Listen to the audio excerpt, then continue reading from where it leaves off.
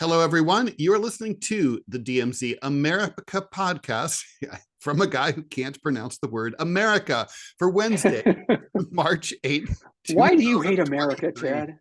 I don't hate America. I just hate its pronunciation. Oh, fuck you, Mr. Vespucci, asshole. Why couldn't you be just called Bob?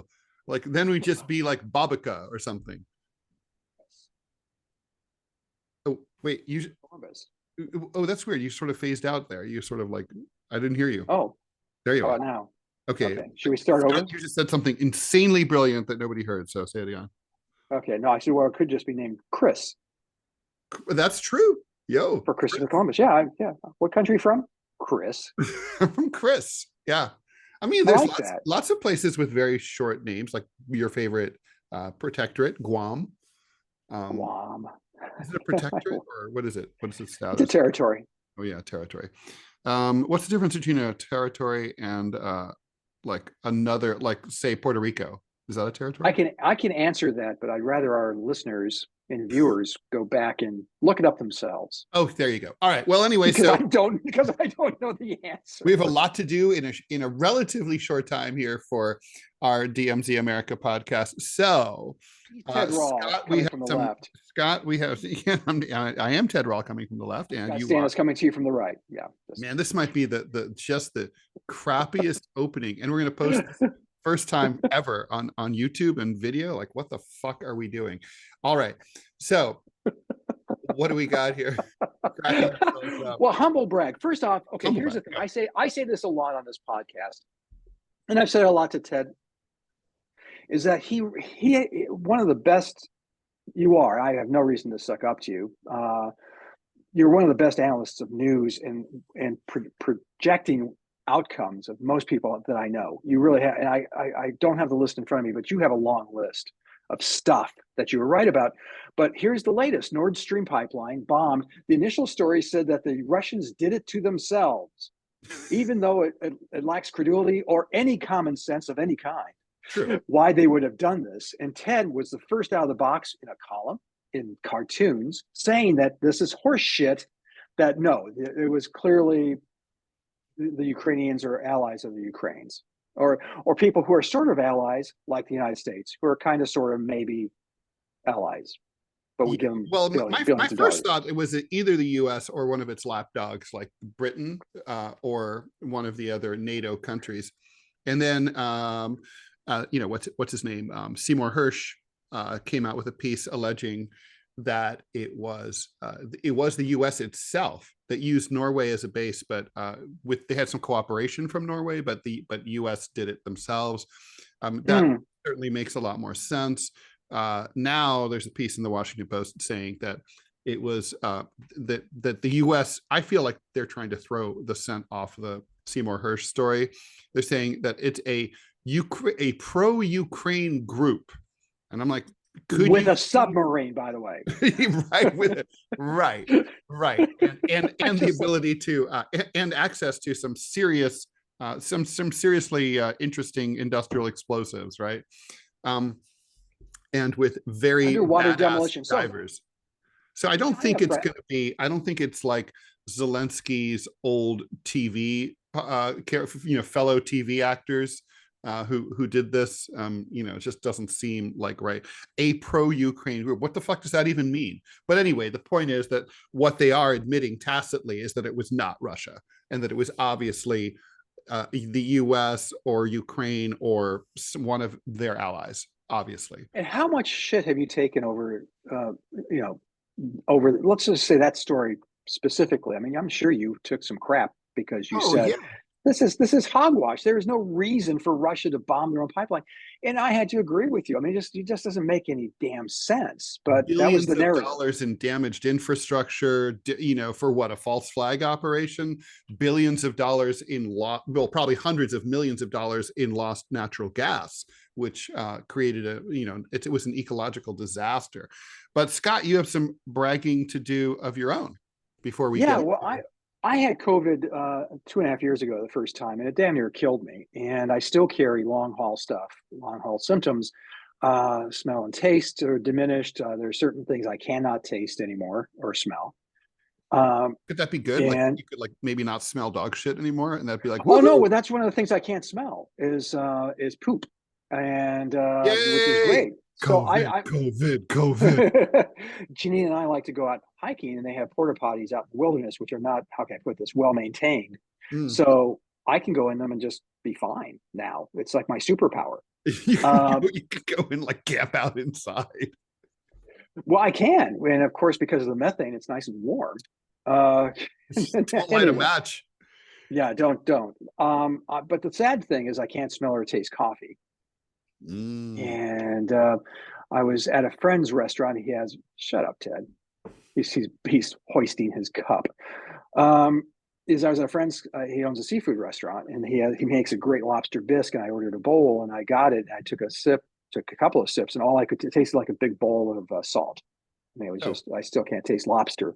Now, I remember you telling me like a few years ago that just this did not feel like an organic. Yeah, I'm going off on a tangent, but other things like fatigue, which I still have to wrestle with. Day before yesterday, I had to take like 3 naps during the course of the day. But what hit me for about a year and a half before I got the vaccine was foggy headedness. And I actually had to quit a job that I was enjoying at the Alabama Policy Institute. That because I couldn't focus. It was impossible. All of this is to say it was a virus, and in your 60s, when you get to be in your 60s, you've had a lot of viruses, and this just felt so unlike anything else I'd ever had. That when they were saying that there was a bio lab in Wuhan, and that there's a chance that this came out of there, and the only people mentioning this or reporting on it were from the far right. But I'm thinking, you know what? There's some legitimacy to this idea. Ted and I both had COVID, and we can both tell you that no, this thing is not. It's not a virus that you would think would develop naturally. It would come from a bat. Well, now and I mentioned, don't forget the pangolin. Don't forget those. How could I? But don't forget that that anyone who had the temerity to mention that this came from that lab was shouted down, was called a QAnon nutbag.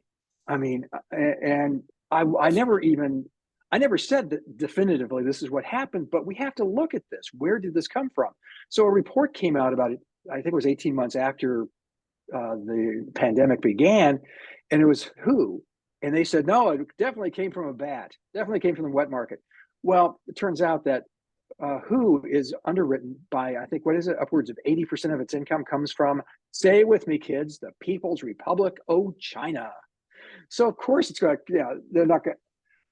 Now some reports are coming out saying that, this may actually be the case.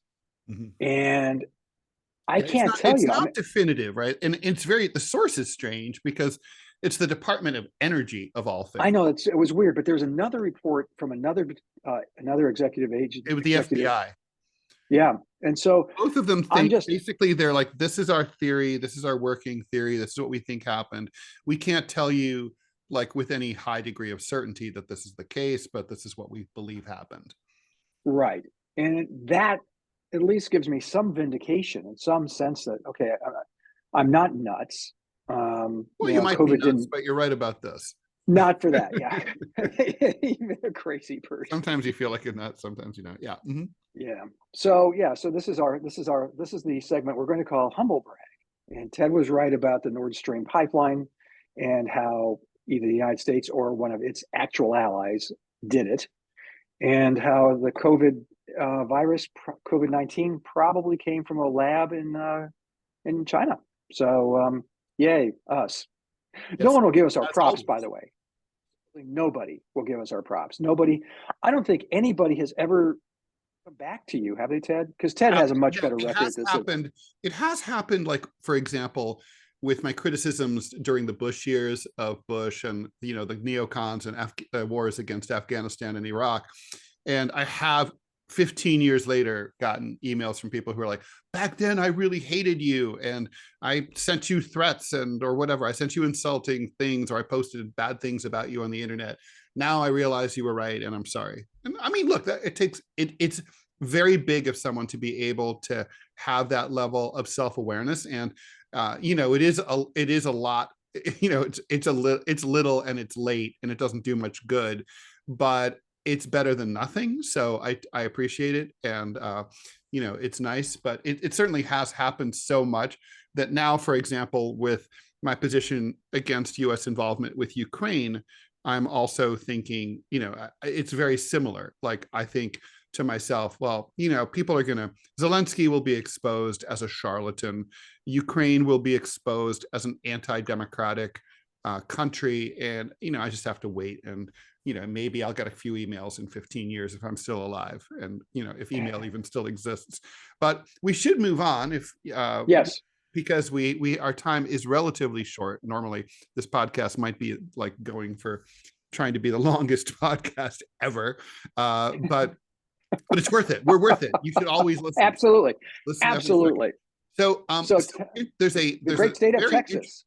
Yes. So 5 women who sought abortions unsuccessfully in the state of Texas have filed a lawsuit against you crack up, have filed a lawsuit against the state of Texas over the new Republican-led abortion law that prevents them and all pregnant women from what they say is proper obstetrics health care, and placed their lives in danger. If you read about this, these are some pretty harrowing stories where, for example, there's one case that really leapt out to me. They're all pretty bad. One was a woman who had fertility treatment. So clearly she wanted to have a child. Okay.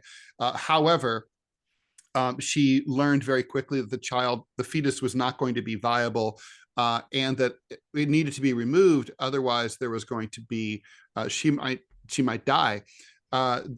Because of the law, the very strict, no exceptions Texas anti-abortion law, the way it works is the life of the mother has to be in immediate danger before they'll do that. So they had to wait till the mother went into sepsis and was on the way to dying before they would open her up and take out the dead kid. And, obviously, I would say that, no matter where you stand on abortion rights, it's pretty obvious in a situation like that, where expert medical opinion indicates that the fetus is not viable, that it should have been removed immediately. And her inability to do that violated her constitutional rights.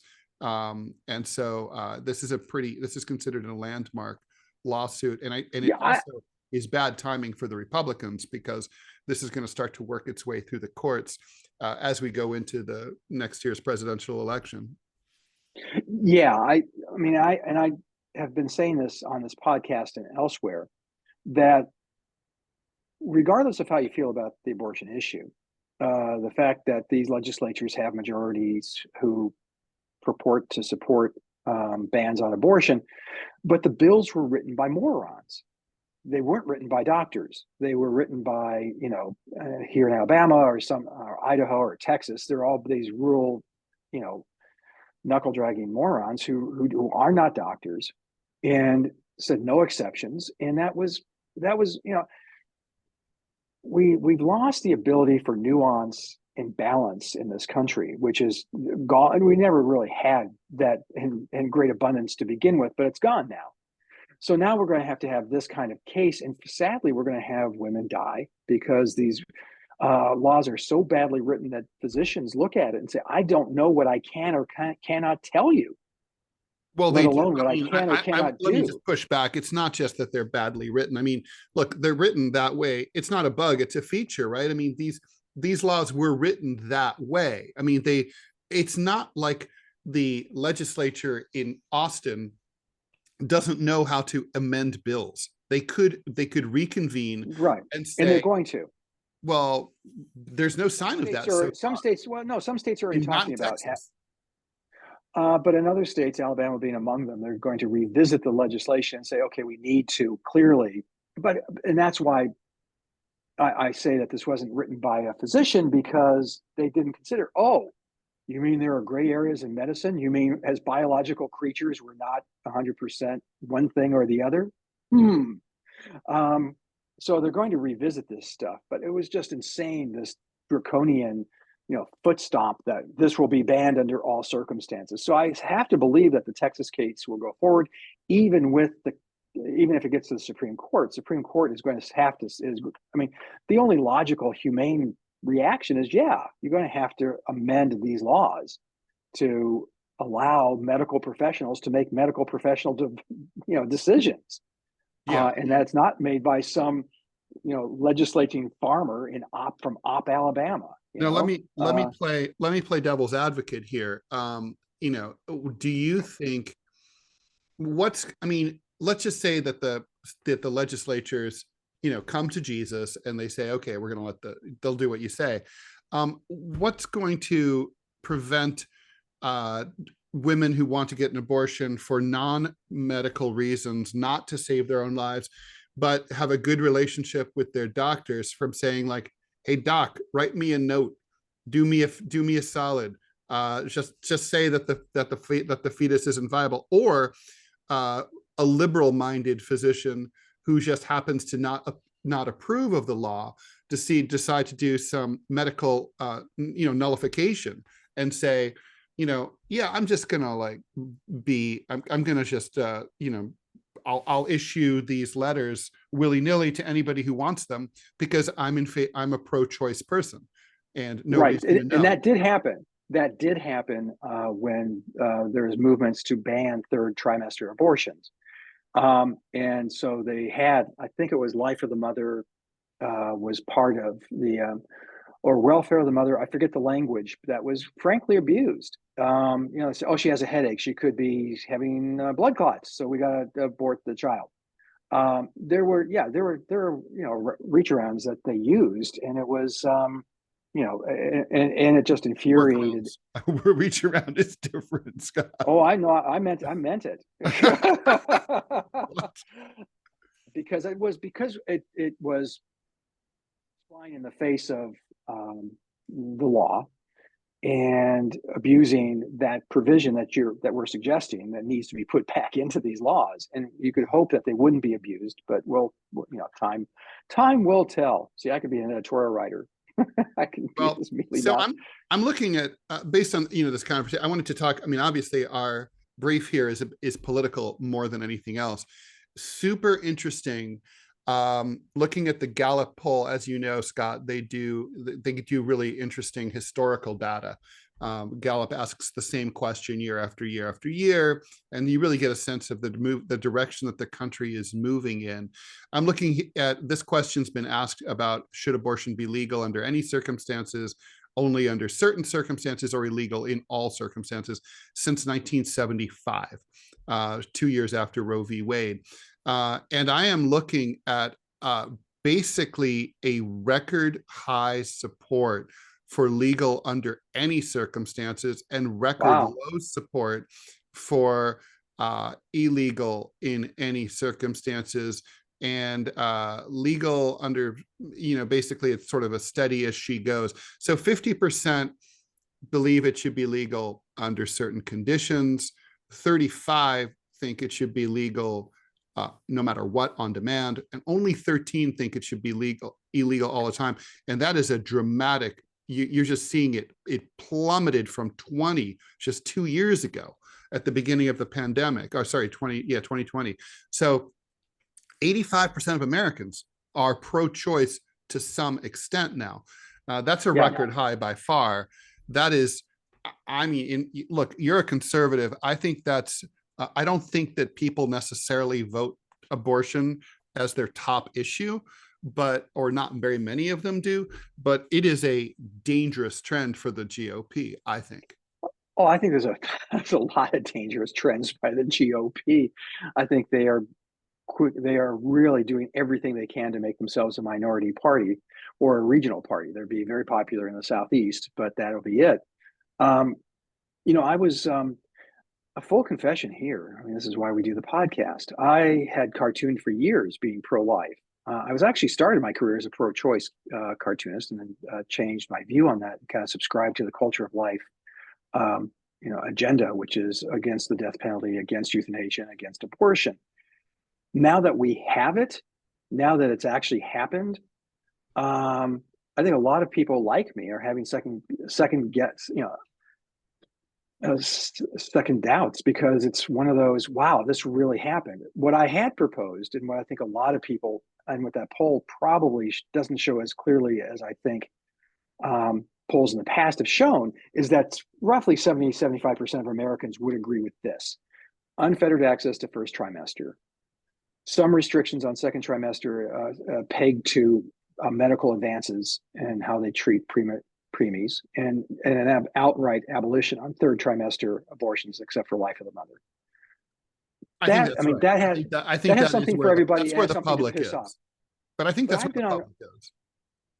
Radio with pro-choice people who were rabid, and I brought up the third trimester, and they just snarled and yelled that you can't, no, under all circumstances. I'm going, so fourth trimester, fifth trimester. Yes. Yeah, I mean, the death penalty is really just pretty much a 25th trimester. Some people, 217th trimester. I'm like, yeah, it's time for you to go. Yeah, I think if we put it to a vote, I think you're absolutely right. My point is that now that the dog has caught the car, what does he do with it? And that's where Republicans are. And this is not a winning. First of all, I think Americans are generally libertarian. They generally just want to be left alone and make their own decisions. And well, there's a strong libertarian streak, and I do think that this issue it really showcases that. But couple that, I'm saying this is a big issue. It's a medical issue, obviously. It's a big issue, but couple it with the Republicans banning. Look at what's happening in Florida, banning books. You can't say certain words. If you go to a drag show, you can't outline drag shows. Things like that. All of them fly in the face of what I think is the traditional American libertarianism, small L, libertarianism. How many drag shows really are there in Florida? I mean, well, I imagine down South Beach, probably quite a few. Okay, that's a fair point, I suppose. But I would say Tallahassee, not as many. Gainesville. But I know that my point here is that the libertarian streak, the rugged individualist streak that runs through America, those ideas run very contrary to that. And I come back to my point I just made a few minutes ago, which is the Republican Party is working very hard to make itself a minority party, because this is control. This is, and this is the state. Let's not forget, they are sitting pretty for the presidency for next year. I would say right now it's Donald Trump's presidency to lose at this stage, and the Republicans do control the House. So right now they're and they control a lot of state houses too. They do. Republicans are probably feeling pretty good about themselves. They probably feel like they can afford to take some abuse on the abortion issue, and they'll still be okay. Yeah, but the overreach on these other issues is what's going to kill them. And by the way, you touched on, I can't say this enough. I've mentioned it a couple of times on Center Clip, which is the app Ted and I are involved in, which eventually short blogs, 30 seconds to 5 minutes long. You should get it if you haven't downloaded it. It's free. And you should get it if you're tired of listening to this podcast go on so long. Or you just need more. True. Yeah, this is the those are the 45s.